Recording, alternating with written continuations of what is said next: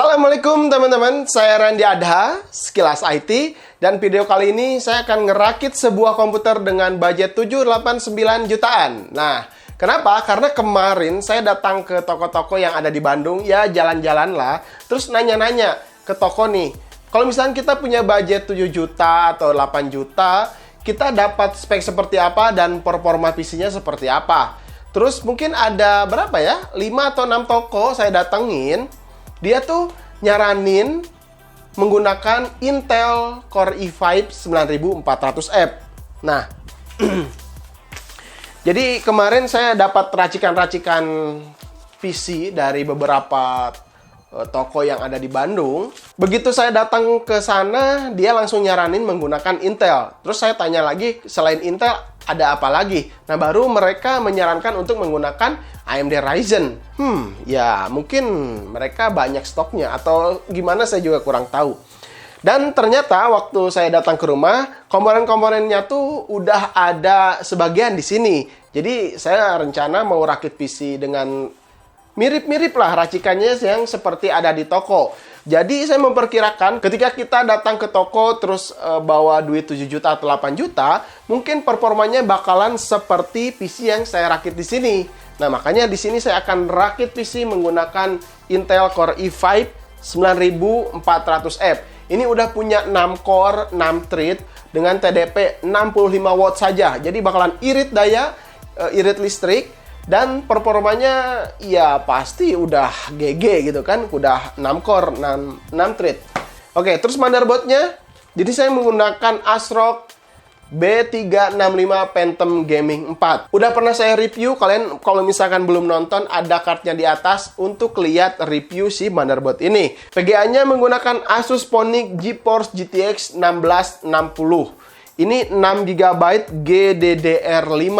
Karena si toko-toko di sana tuh banyak menyarankan 1660 atau 1650. Kebetulan saya ada 1660, jadi saya akan menggunakan PGA ini dari Asus.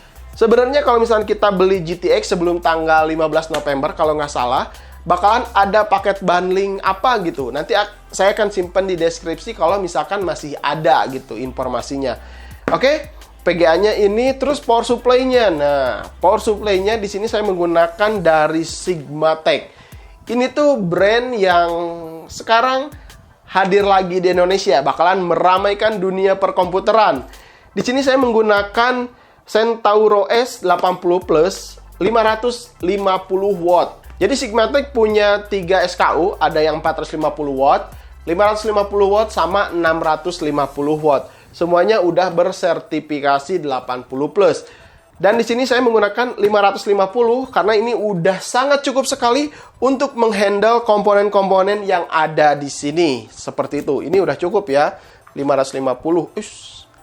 Oke, terus fan prosesornya. Ya meskipun ini ada juga fan bawaan Intel, tapi saya nggak akan menggunakannya. Saya pengen yang RGB gitu. Di sini saya akan menggunakan WinPower. Ini sama juga dari Sigmatech. Nah, jadi Sigmatech tuh dulunya punya performa yang cukup bisa diandalkan oleh builder PC. Harganya nggak terlalu mahal, tapi performanya juga cukup bagus. Nah, ini dari Sigmatech. Lanjut lagi untuk storage. Nah, si toko tuh menyarankan untuk menggunakan NVMe, karena si motherboardnya juga udah support NVMe.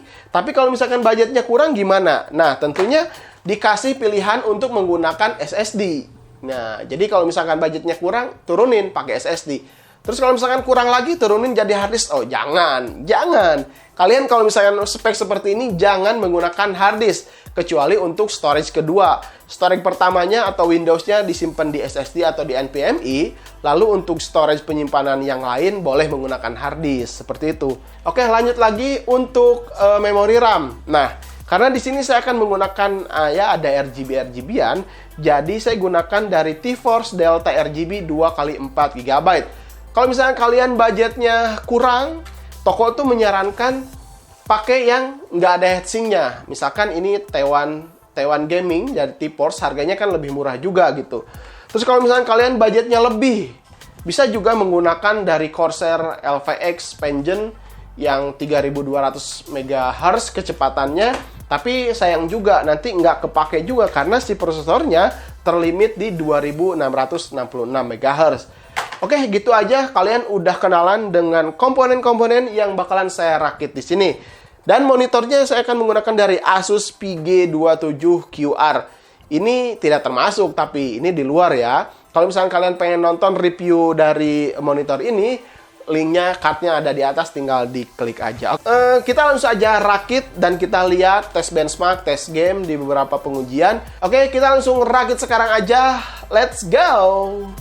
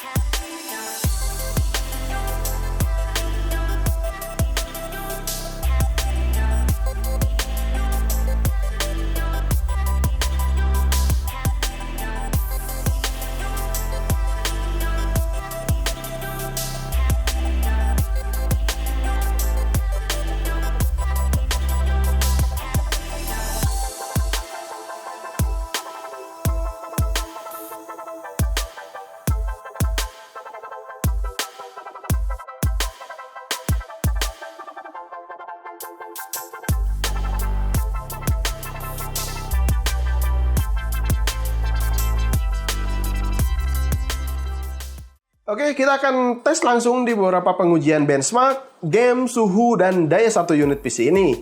Di pengujian 3D Mark Firestrike dengan skor 11.291 untuk grafik skornya 13.651 dan fisik skornya 11.977. Untuk suhu CPU-nya berada di 44 derajat Celcius saja dan PGA-nya di 74 derajat Celcius. Ini sudah terbilang sangat adem sekali. Lanjut di pengetesan Time Spy dengan skor 5.359, grafik skor 5.401 dan CPU skor 5.138. Lanjut ke 3D Mark Pot Royal berjalan normal karena Asus GTX 1660 sudah support Ray Tracing dengan skor all 1377, suhu temperatur GPU di 78 derajat Celcius. Untuk skor Cinebench R15 dan R20 punya skor lumayan bagus. Kalian bisa lihat skor di layar ini. Oke, kita lanjut ke pengetesan main game. Pertama, Far Cry 5 setting paling tinggi Ultra di resolusi 1080p. FPS tertinggi berada di 96 fps dan average-nya berada di 77 fps. Ini udah sangat playable sekali jika dimainkan berjam-jam seharian. Game kedua, Rise of the Tomb Raider. Masih sama, resolusi 1080p, setting paling tinggi. Average yang dihasilkan berada di 90 fps. Dengan maksimal fps di 115 fps, temperaturnya kalian bisa lihat di angka MSI Afterburner pada kiri atas layar kalian.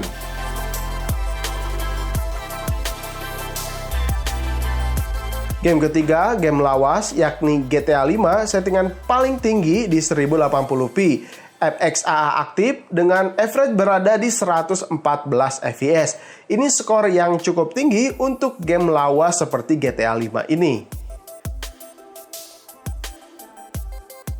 Game keempat, Battlefield 5 dengan settingan Ultra 1080p, ray tracingnya on, average berada di 34 fps. Namun jika ray tracing di off-kan, maka average fps-nya menjadi 72 fps.